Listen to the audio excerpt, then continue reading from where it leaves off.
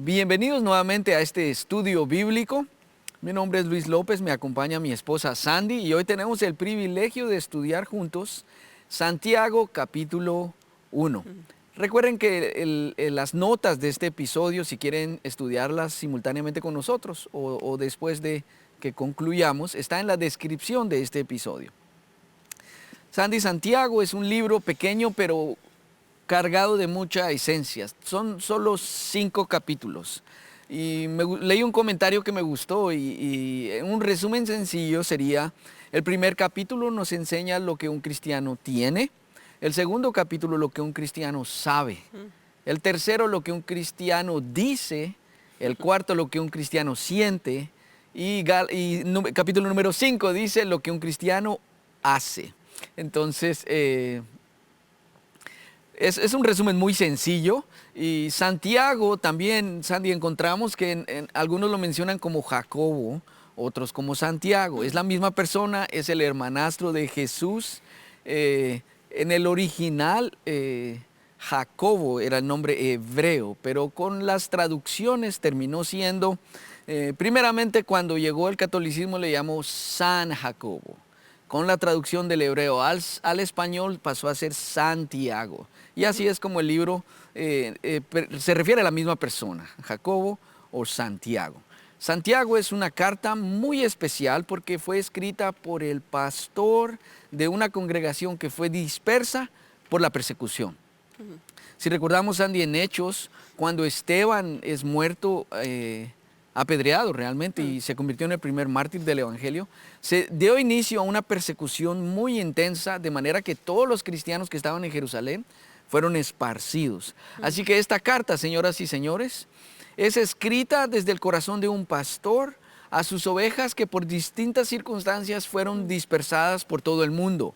Así que todo inmigrante, esta es una carta para inmigrantes. Así que si tú por distintas razones no vives en tu país, esta carta es para ti, para toda persona que vive fuera de su casa, fuera de su tierra.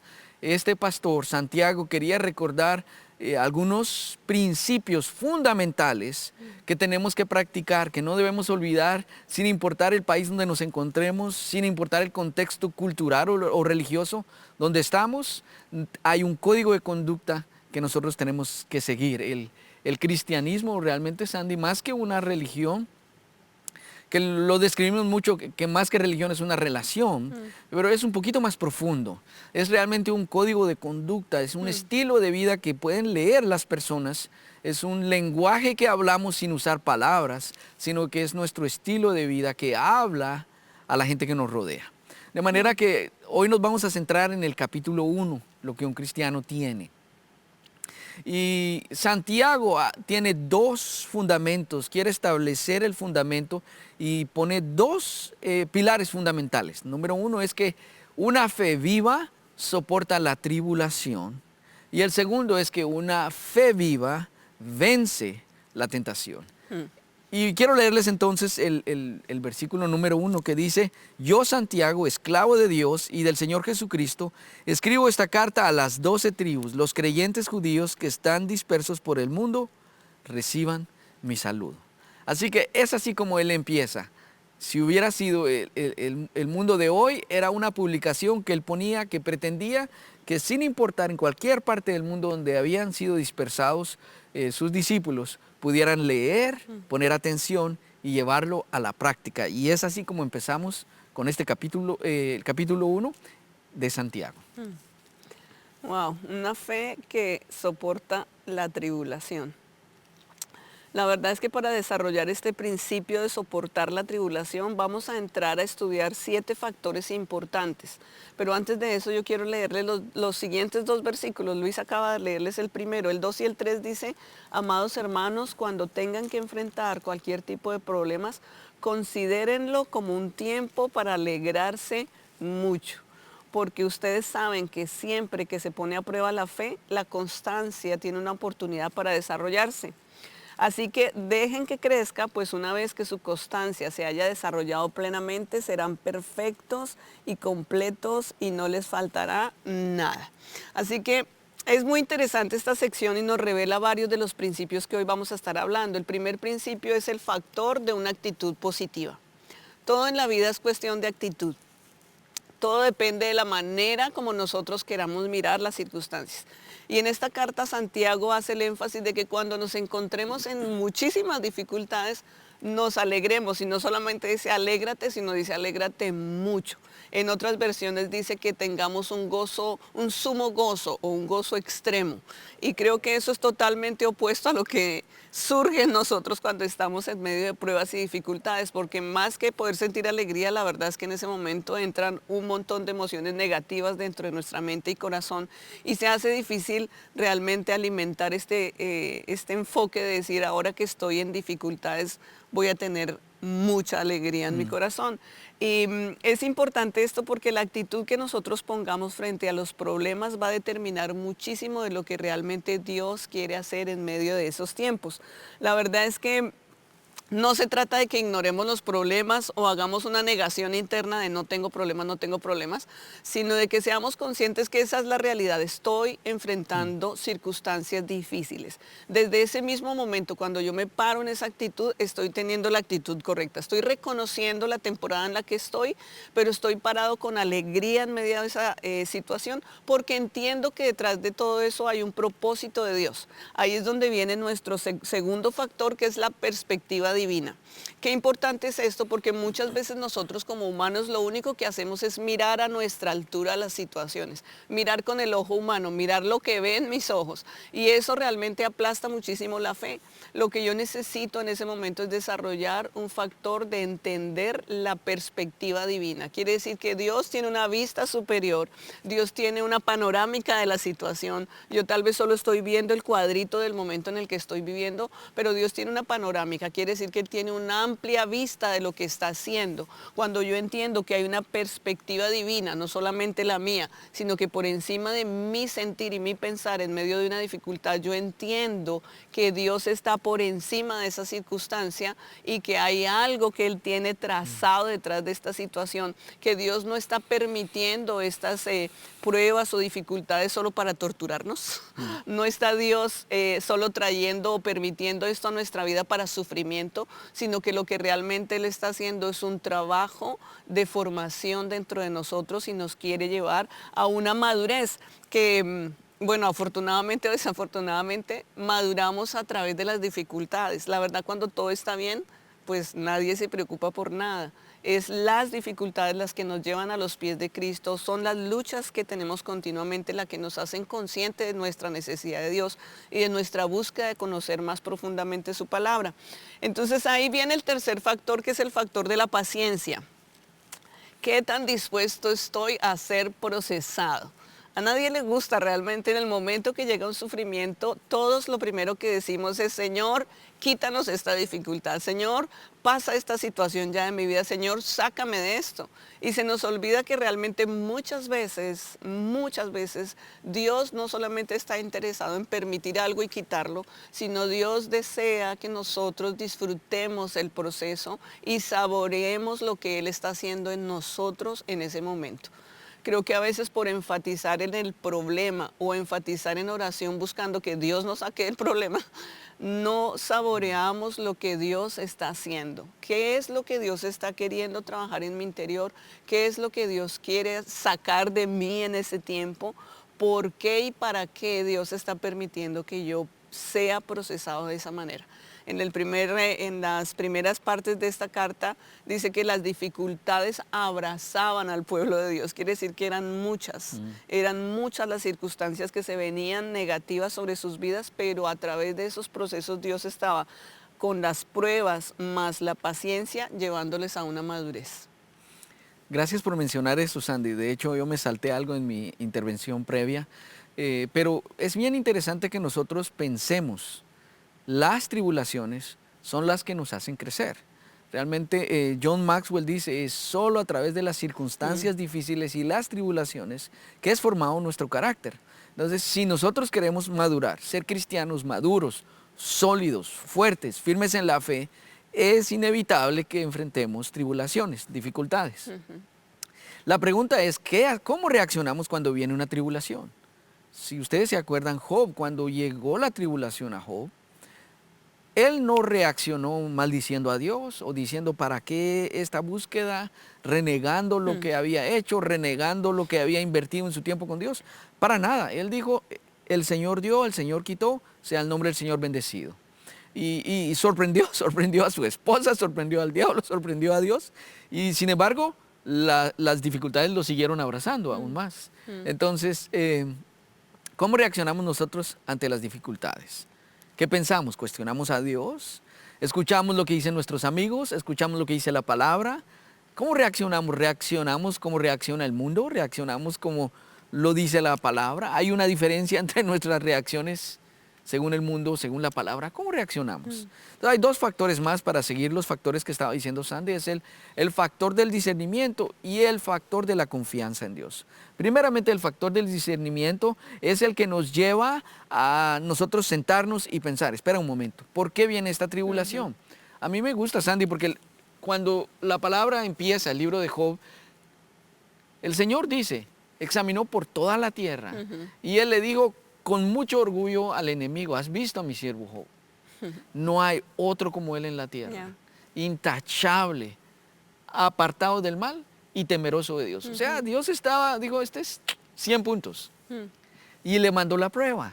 Entonces es bien importante que nosotros entendamos, la mayor parte de tribulaciones, a veces viene porque nos hemos portado mal, a veces viene por consecuencias a nuestra desobediencia al código de conducta que Dios nos dio, que es la Biblia. Pero algunas veces las tribulaciones son permitidas para ese crecimiento que necesita nuestra fe, para ese crecimiento que necesita nuestro carácter. Entonces, el factor del discernimiento es que nosotros tenemos la madurez de parar y decir, ok, Señor, dame el discernimiento. ¿Qué es lo que estás tratando de hablar? ¿Qué área en mi vida estás tratando que necesitas que yo haga alguna modificación? ¿O cómo quieres que yo reaccione de una manera que te glorifique? Porque nosotros lo leemos y tal vez decimos, uy, pero ese era Job. Realmente, si nos viene una situación que nos duele, o sea, murieron todos sus hijos en un solo día. O sea, si alguien podría tener el dolor y la excusa de reaccionar y hablar mal, era Job. Sin embargo, él se paró y la manera que logró glorificó a Dios. Ese es el factor del discernimiento, que nosotros nos paremos y no actuemos alocadamente, emocionalmente o como tenemos toda la excusa para actuar, sino que nos paramos con el carácter cristiano que tenemos y le preguntamos al Señor, o sea, Señor, ¿cuál es la onda? ¿Qué es lo que yo tengo que cambiar? ¿Y cómo puedo reaccionar de una manera que te glorifique? Y el último factor es el factor de la confianza a Dios. Entonces, inevitablemente vino a mi mente dos cuadros. ¿Qué tanto confiamos a Dios cuando viene la prueba? ¿Qué tanto confías tú? ¿Qué tanto confío yo? Inevitablemente, Sandy, pensé en Pedro. Porque Pedro, a ese pobre lo criticamos porque se hundió y no creyó. Pero de los 12 fue el único que se atrevió a salir del barco.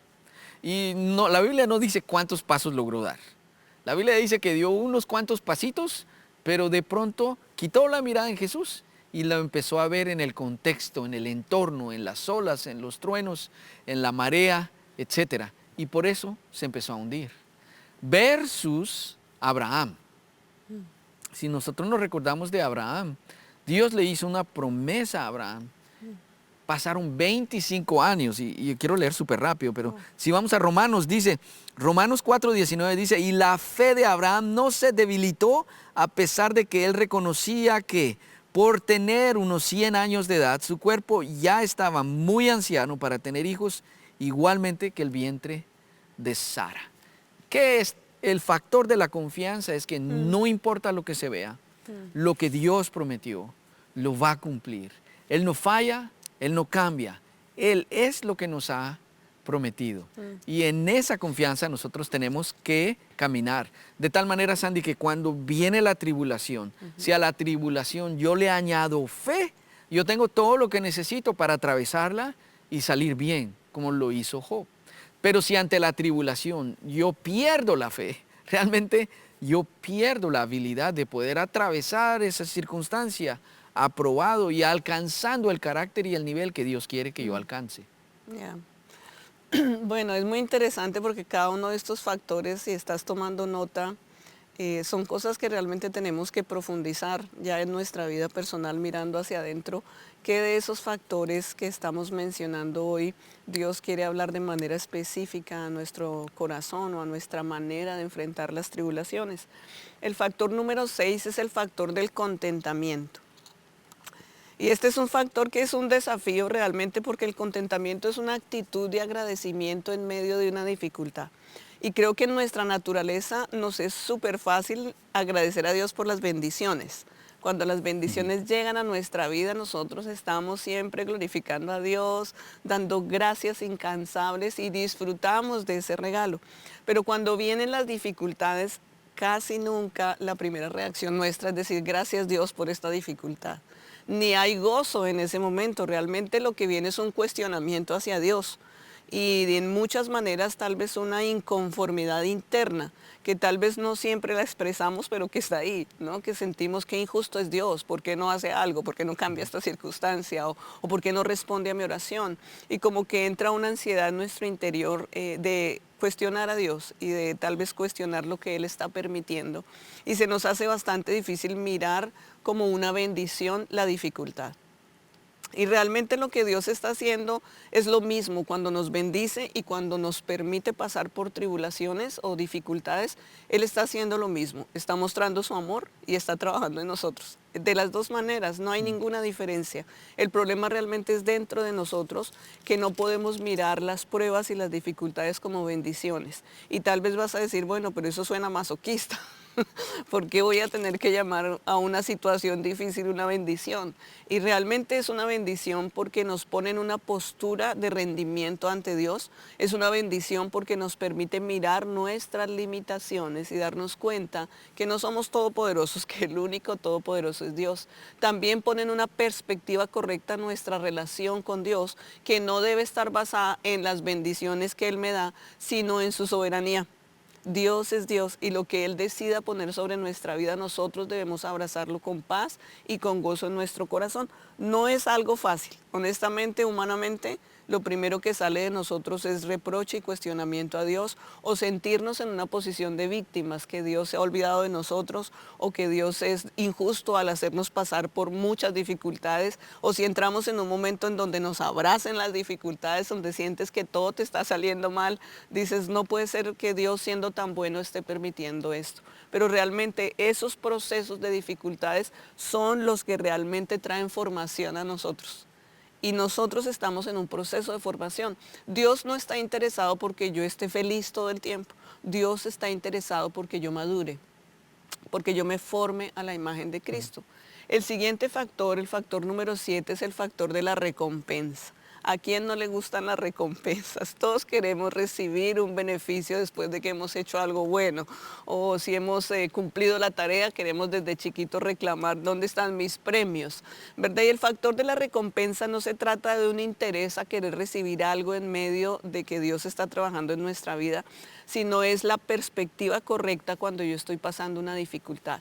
¿Qué es lo que realmente yo debo hacer cuando estoy en medio de una dificultad? Debo quitar mi vista de la dificultad, porque lo que sucede es que en ese momento me centro en el problema y ya no veo nada más. Y lo que realmente es el factor de la recompensa es que eleves tu mirada a la eternidad, que tu vida no es aquí, que la mayor victoria no es la vida que tenemos aquí, sino que nuestra victoria final es realmente salir aprobados y heredar la vida eterna. Que aquí tendremos pruebas y dificultades, porque así lo dice la Escritura, viviremos aflicción, pero que en medio de esa aflicción hay un propósito de Dios de traer madurez a nuestra vida, pero de afinarnos a la imagen de Cristo y de hacernos herederos, que esa es la verdad final y la promesa final, y es la herencia de la vida eterna. Esa es nuestra recompensa, no lo que logremos aquí, porque al final, aunque superemos todas las pruebas y tengamos todas las respuestas que queremos, muchas de las cosas que tenemos aquí se quedarán aquí. Nuestra recompensa verdadera es aquello que nos lleva a mirar hacia la eternidad, a esa nueva vida que tendremos en Él, y que en ese lugar ya no tendremos prueba y aflicción, ¿verdad? Pero que nuestra mirada esté puesta en la eternidad. Y Sandra, en realidad esa es una de las manifestaciones o las características del nacer de nuevo. El nacer de nuevo implica que yo quito mi mirada de la vida terrenal y me enfoco en la vida eterna. Y eso es bien importante, porque si yo tengo mi vista en la mirada terrenal, yo estoy pensando, preocupado por cumplir los estándares de este mundo, por ser aceptado, por encajar, por tener lo que todos tienen, por hacer todo lo que todos hacen y por ser parte de la sociedad, la corriente de este mundo. Ya. Cuando yo cambio, nazco de nuevo, debe cambiar. Y yo he repetido mucho en este episodio, pero este es mi código de conducta. Cuando yo en verdad nazco de nuevo, hay un cambio. Pienso en el futuro. Y entonces llegamos a un momento en este capítulo donde empieza a hablar de dónde vienen. Dijimos, el primer fundamento es la fe viva, soporta la tribulación. Pero luego es que empieza la tentación. Son dos cosas distintas. La tribulación es cuando viene una circunstancia difícil, ajena y que nosotros no causamos, viene para probar nuestro carácter. La tentación es una situación que viene porque nosotros la causamos, ¿ok? Entonces, bueno, no lo digo yo, lo dice Santiago. Vamos a leer el verso 14, dice, la tentación viene de nuestros propios deseos, los cuales nos seducen y nos arrastran. De estos deseos nacen los actos pecaminosos y el pecado, cuando se deja crecer, da a luz la muerte. ¿Sabes, Andy? Yo leí esto en una publicación y la guardé porque me pareció muy poderoso y creo que va a la par de lo que dice Santiago en este versículo 14. Dice, cuida tus pensamientos porque se convierten en palabras. Cuida tus palabras porque se convierten en acciones. Cuida tus acciones porque se convierten en hábitos. Cuida tus hábitos porque se convierten en tu carácter. Cuida tu carácter porque se convierte en tu destino. Entonces, qué poderoso, porque es lo que está diciendo aquí Santiago. Todo empieza en la mente. El campo de batalla es la mente. Es a donde manda los dardos de fuego el enemigo, según Efesios 6. Entonces, ¿qué es lo que tenemos que hacer? Entender que todo empieza con un pensamiento. Si yo no detengo ese pensamiento, lo que va a producir es acciones. Y aquí dice que cuando se produce el pecado, se da a luz la muerte. Entonces, un pensamiento, un deseo, algo en mi hombre interior que yo no controlo, da a luz al pecado. Y el pecado da a luz a la muerte. Ahora, aquí es bien interesante porque cuando vienen muchas circunstancias, Sandy, la gente se enoja con Dios. La gente empieza a decir, la culpa no es mía, la culpa es de Dios. Si ustedes se acuerdan en el Antiguo Testamento, y esto lo dejó el Señor registrado porque nosotros somos muy parecidos. El pueblo de Israel somos nosotros, literalmente nosotros somos como el pueblo de Israel. La Biblia dice que cuando salieron, ustedes se acuerdan, salieron de Egipto, primer dificultad, esto es culpa de Dios, ¿para qué nos sacó aquí al desierto? Mejor estábamos en Egipto porque ahí podíamos comer bien, comíamos pescado, ¿sí? Allá teníamos comodidades, hasta teníamos un lugar donde nos enterraran. En cambio aquí vamos a quedar dispersados en el desierto. Un corazón tan malagradecido y ¿cuál es la palabra? Sin reconocer el poder de Dios, el propósito de Dios y el plan de Dios. Entonces, muchas veces nosotros, cuando abrimos la puerta a la tentación y vienen las dificultades, no solo le echamos la culpa a Dios. Esto es por ir a la iglesia, mejor dejo de ir. Esto es por servir. No. Tenemos que entender, y por eso es que estamos hablando, que un cristiano maduro es aquel que tiene la capacidad de sentarse y decir, a ver, ¿de dónde vino esto? ¿Esto realmente es una tribulación que envió Dios? ¿O es la consecuencia de una tentación que yo no pude manejar, que yo no supe manejar? Entonces es bien interesante y es muy importante, número uno, identificar cuándo es una tribulación y cuándo es una tentación. Y cuando llega la tentación es importante que nosotros no culpemos a Dios, porque Dios, aquí dice también Santiago, Dios nunca nos va a poner una tentación.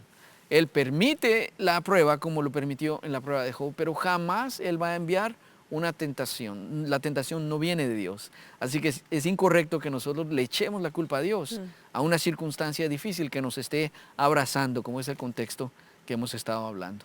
Sí, la verdad es que es importante cuando miramos aquí en el capítulo de Santiago, en el verso 13 dice, cuando sean tentados, acuérdense de no decir, Dios me está tentando.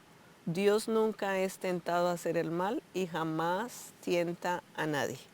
Si bien hemos visto que Dios permite circunstancias alrededor de nuestra vida, Él siendo Dios y siendo soberano, las permite. Realmente la reacción que sale de nosotros o la respuesta o la inclinación a hacer lo incorrecto frente a una situación difícil ya no es una responsabilidad de Dios. Generalmente las situaciones difíciles, a veces nosotros podemos caer en el hecho de manipular esa situación y justificar nuestra mala actitud o decidir darle lugar realmente al pecado o a la tentación de reprocharle a Dios por esas circunstancias. Pero ¿qué es lo que dice la Escritura? Yo debo reconocer que Dios no es el que me mete en tentación. La tentación ahí mismo en Santiago dice que es una respuesta a los deseos de mi carne. Entonces vamos a leer el verso 14, dice: la tentación viene de nuestros propios deseos, los cuales nos seducen y nos arrastran. De esos deseos nacen los actos pecaminosos, y el pecado, cuando se deja de crecer, da a luz la muerte. Entonces, en ese momento que nosotros estamos enfrentados a una situación difícil y de repente Dios no nos saca de ahí porque está interesado en procesarnos, tal vez en paciencia o en espera, nosotros somos responsables de si cedemos a la tentación de decir: Dios ya no me escucha, Dios me ha decepcionado, ahora me voy de la iglesia. Ese ya es una decisión personal. Realmente la tentación no responde a Dios, sino responde a mí, lo que yo decido hacer. Si yo quiero responder a mi deseo carnal, porque esa es la verdad, cuando estamos en medio de dificultades, si nosotros no buscamos a Dios, lo que nos gobierna es nuestra carne y nuestras emociones, porque en el tiempo de dificultad las emociones están en un torbellino. Cuando estamos en problemas, en dificultades o en necesidad, nuestra alma quiere gritar a los cuatro vientos y gobernar. Si yo no me lleno realmente de la palabra, si no estoy dispuesto a someterme al proceso en gozo, en contentamiento, en paz, lo que sucede es que empiezo a escuchar más los gritos de mi carne o los gritos de mi alma. Y eso es lo que me lleva a caer realmente en la tentación. Todo deseo que yo alimento, toda meditación en mi cabeza, ¿no? O sea, los dardos del enemigo van a venir de continuo en medio de las pruebas y las dificultades. Y que lleguen los dardos no es un problema. El problema realmente es cuando nosotros empezamos a tejer un nido en nuestra mente y le damos lugar a esos pensamientos y a esas frustraciones y a esas molestias, y entonces esos pensamientos se convierten en sentimientos, lo que baja a mi corazón, y entonces después salen las acciones, que era lo que leías ahorita en esa reflexión. Ahí es donde nosotros tenemos que tener cuidado, darnos cuenta que esos deseos que yo alimento se van a convertir en acciones pecaminosas y que yo voy a responder en muerte, voy a responder dándole lugar a la tentación. Justo, Sandy, estábamos haciendo un estudio con un grupo de hombres y leímos un pensamiento que dijo Martin Luther King. Él dijo: no podemos evitar que el mundo nos lance imágenes, pero sí podemos evitar que ellas se posen en nuestra mente. Entonces, me pareció muy poderoso, muy interesante. Todo lo que llegar a la conclusión continuamente en medio de cada situación de que todo lo que Dios permite es para mi bien, me va a ayudar también a la manera como yo responda en medio de un proceso de dificultad. Si yo comprendo que la palabra me dice que Dios tiene un buen plan para mi vida, que mi final no lo dictan las circunstancias, sino que mi final lo dicta mi Padre, que ha trazado un plan bueno para mí. Que si yo creo la Escritura que dice: yo tengo para ti un buen futuro y una esperanza segura, o yo no tengo para ti un futuro de calamidad, si yo puedo entender que toda buena dádiva y todo don perfecto vienen de mi Padre, si yo entiendo que todo, aun aquellas cosas que para mí humanamente y desde mi perspectiva humana no son buenas, pero yo puedo entender que para Dios todas las cosas que yo pase o Él permita que yo camine, Él las va a usar para mi bien. En el fondo siempre voy a llegar a la misma conclusión, y es que Dios permite todo para mi bien.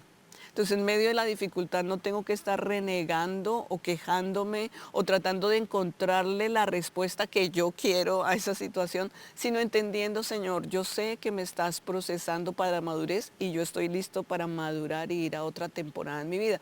O entender que en medio de ese proceso Dios está queriendo revelar algo nuevo a mi vida.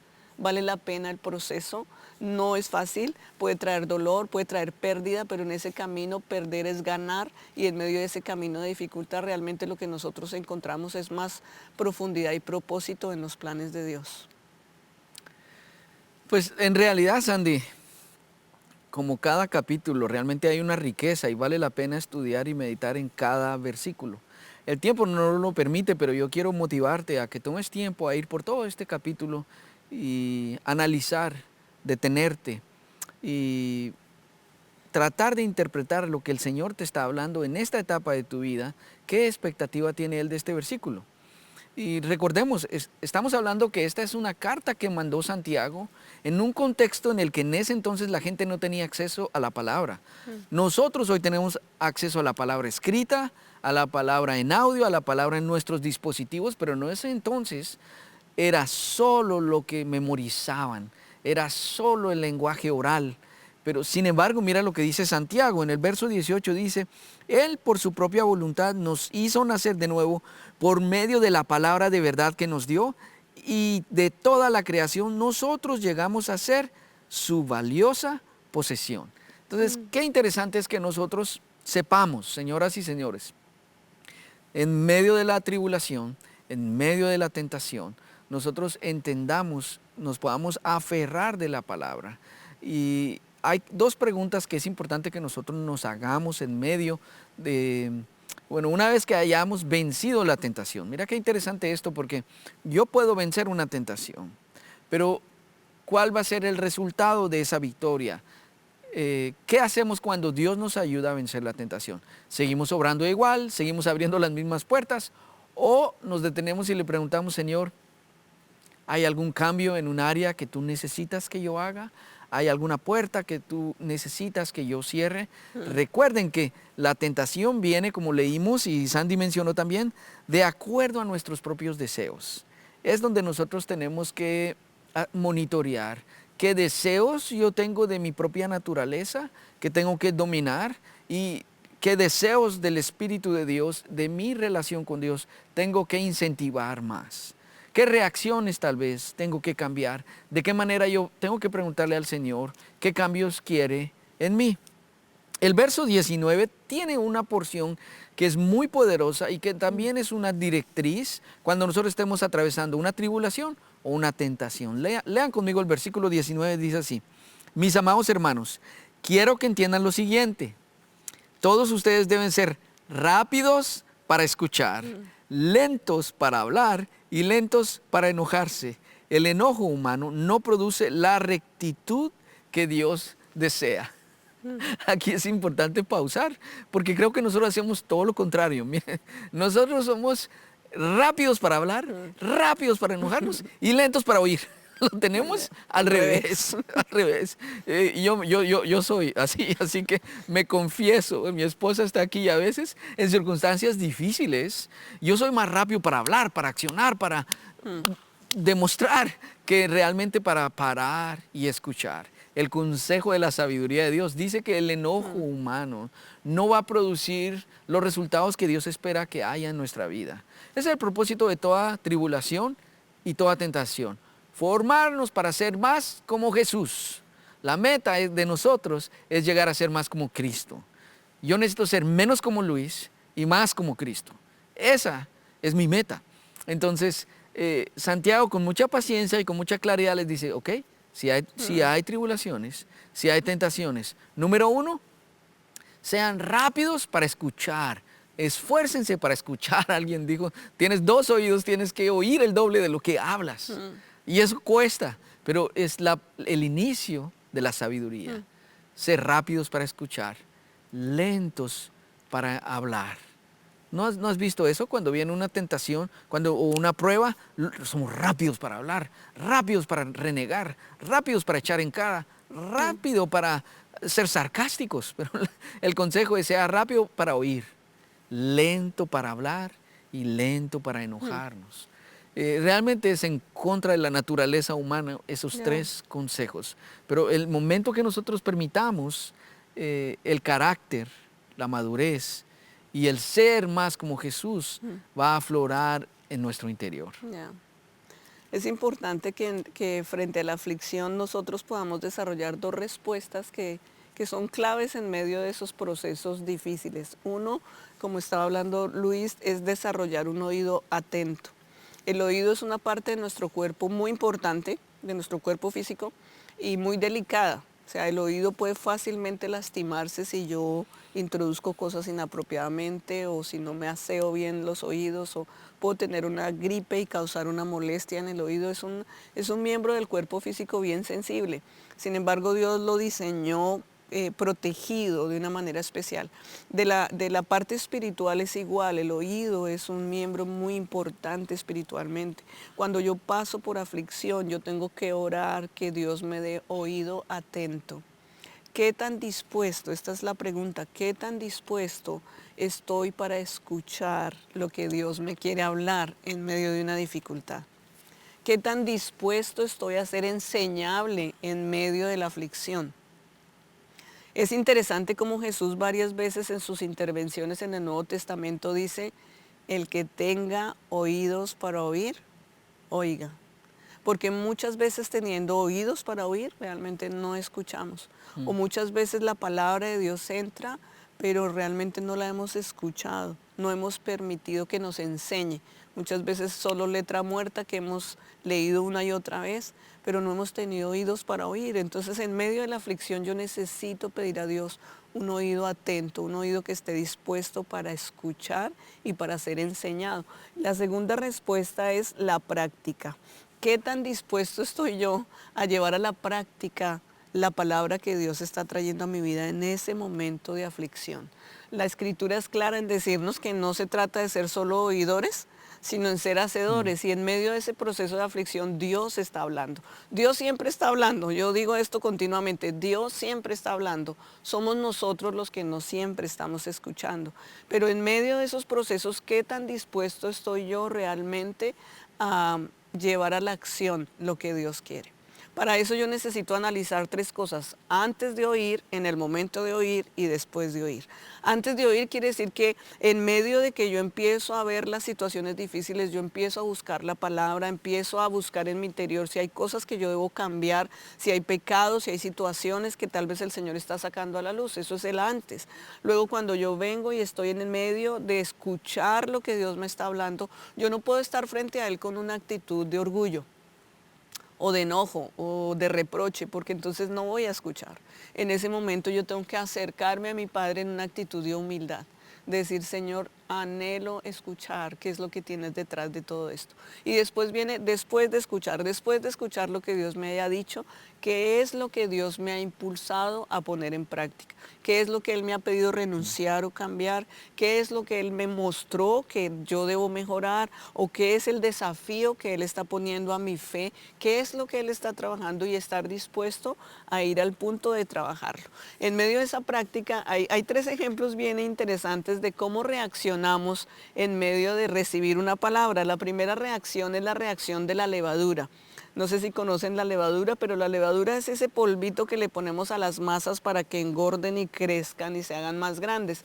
En este caso el oyente oye la palabra, recibe la palabra, está ahí sentadito absorbiendo todo, pero solamente lo recibe y se engorda. Se fermenta y no pasa nada, no sucede nada. Lo segundo es la reacción del comedor, es venir, y en este tiempo creo que esa es una de las más famosas porque hay mucho alimento espiritual servido por todo lado, y es venir a la palabra como que fuese un buffet, en donde yo cojo lo que me gusta y desecho lo que no me gusta. Recibo lo que me cae bien y me suena bonito y desprecio todo aquello que como que me incomoda o me ofende. Eso puede ser una reacción. Y la última es la reacción del básquetbol. Es que vengo, escucho la palabra, recibo del Señor y decido que esa pelotita no es para mí. Así, eso lo necesitas Luis. Así, esa palabra se aplica a mi hijo. Así, esa es la palabra que mi vecina debería estar escuchando ahorita. Y lanzamos la pelotita a todos. Interesantemente, lo que hace Santiago es ponernos en una perspectiva diferente, diciendo tu reacción cuando estés enfrente de Dios, enfrente de la palabra, en un tiempo de aflicción, es la postura del espejo, que cuando yo vengo y me poso frente al espejo, que yo creo que vivimos la temporada en donde todo el mundo se mira más en el espejo que nunca antes en la historia, pero cuando vengo, ¿qué es lo que sucede con el espejo? El espejo saca a la luz todas mis bonitas y feas cosas. Ahí yo me doy cuenta que se me manchó el maquillaje, me doy cuenta que tengo una inflamación, me doy cuenta que me salió un grano, me doy cuenta que el sol me hizo manchas que no tenía antes. ¿Qué es lo que hace el espejo? Refleja mi realidad.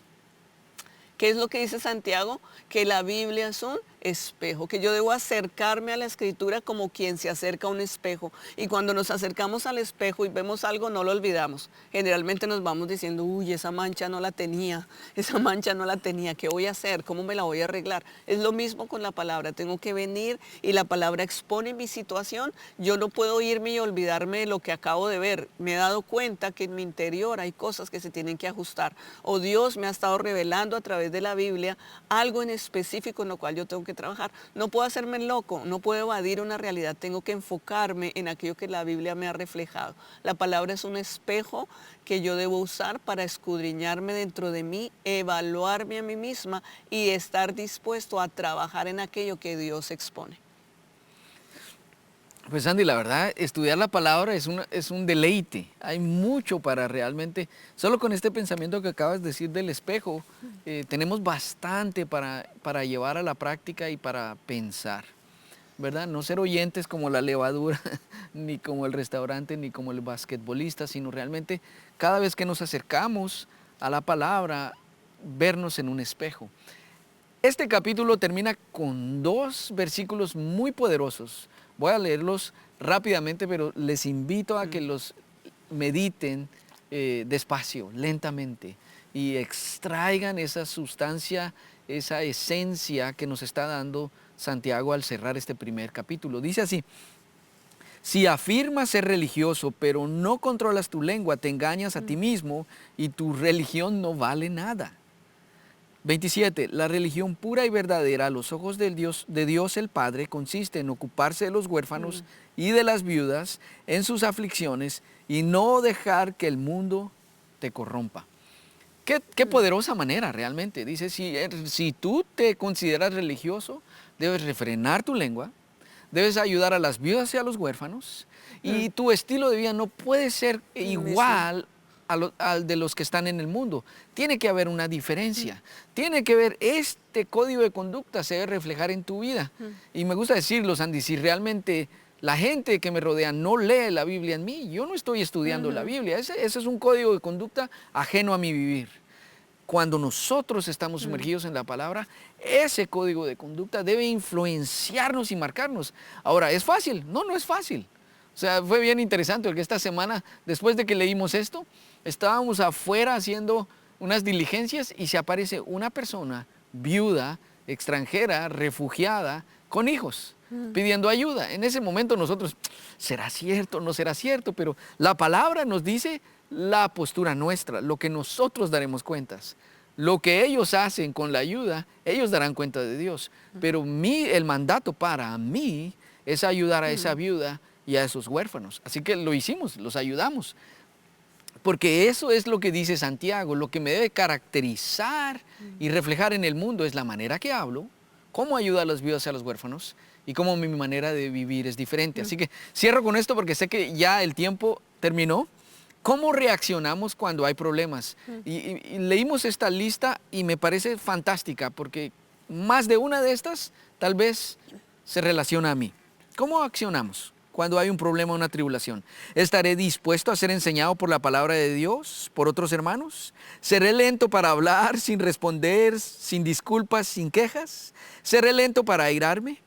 ¿Recibo con humildad la palabra quitando el pecado que retrasa su obra en mi vida?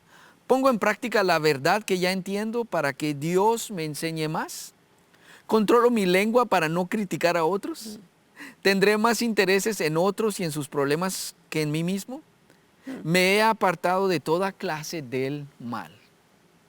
Así que terminamos con esta misma lección, enseñanza, desafío que dice Santiago. Sean pues hacedores y no solo oidores. El centro de cada estudio bíblico, Sandy, y el propósito de nosotros detenernos para sumergirnos en la palabra es eso. No ser solo lectores, oidores, sino ser hacedores. Así que les animamos, les bendecimos, por favor, atesoren la palabra. Los esperamos la próxima semana que este estudio se pone mejor. Que Dios les bendiga.